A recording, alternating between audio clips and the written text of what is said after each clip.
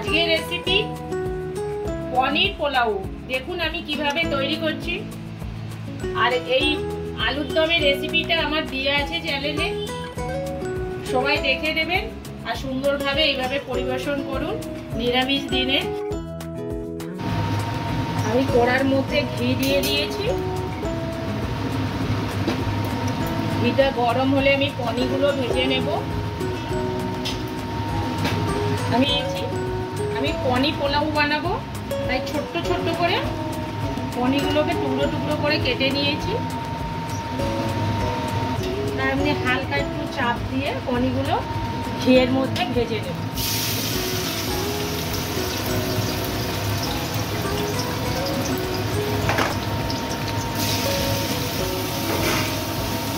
সামান্য পরিমাণে একটু পনিরে নুন দেব, নুন দিয়ে ভেজে নেব।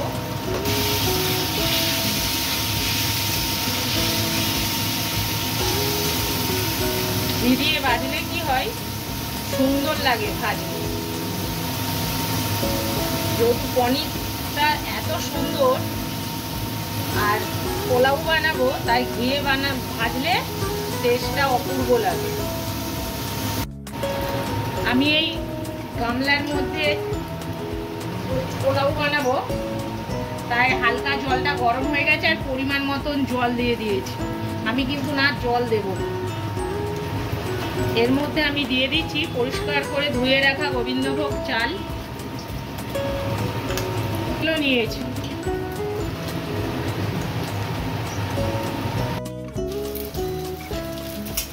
পনিরগুলো সুন্দরভাবে ভাজা হয়ে গেছে।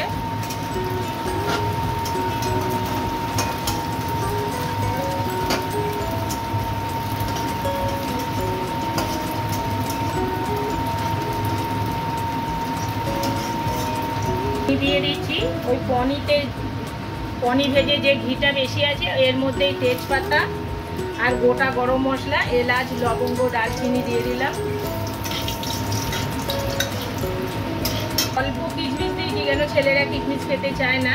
আর আমি কিন্তু ভাজবো কাজুটা, কিন্তু তার আগে আমি ভিজিয়ে নিয়েছিলাম।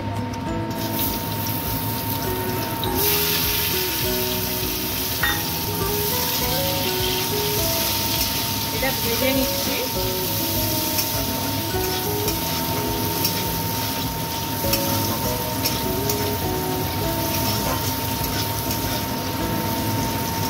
বেশি লাল লাল করে ভাজবো না। এবার আমি গ্যাসটা বন্ধ করে দেব। এদিকে আমার ভাতটা ফুটে গেছে আর দেখুন কত সুন্দর হচ্ছে। আমি এর মধ্যে কালার দেব না, আমি হলুদ গুঁড়ো দিয়ে করব, যার জন্য পরিমাণ মতন আমি হলুদটা দিয়ে দিলাম।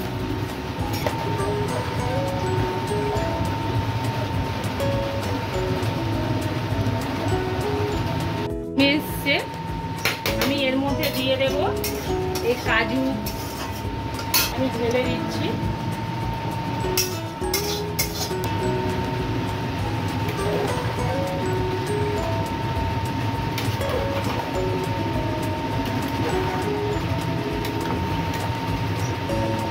এবার আমি পরিমাণ মতন নুন দিয়ে দেব। পরিমাণ মতন নুন দিয়ে দিলাম। এবার দিয়ে দেবো একসাথে চিনি। আমি অল্প চিনি দিলাম, 2 চামচের মতন। মিষ্টি অনুযায়ী পোলাওতে চিনিটা দেবে।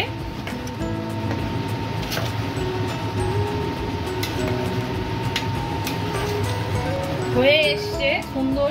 এবার আমি এর মধ্যে ঘি দিয়ে দেব, বা ঘি দিয়ে দিচ্ছি।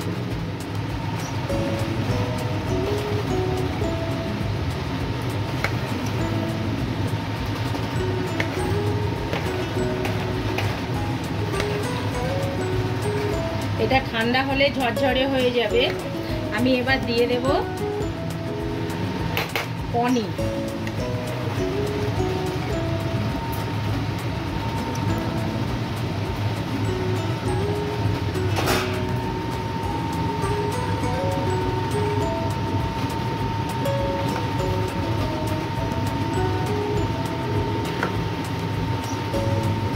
একটু একটু ঠান্ডা হয়ে যাওয়ার পরে আমি আপনাদের দেখাচ্ছি কত সুন্দর ঝরঝরে পোলাও হয়।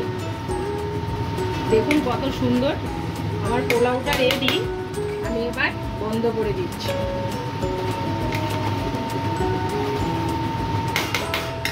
পোলাও রেডি, পনির পোলাও রেডি। ভালো লাগলে অবশ্যই লাইক, কমেন্ট, শেয়ার আর আমার সাথে থাকবেন।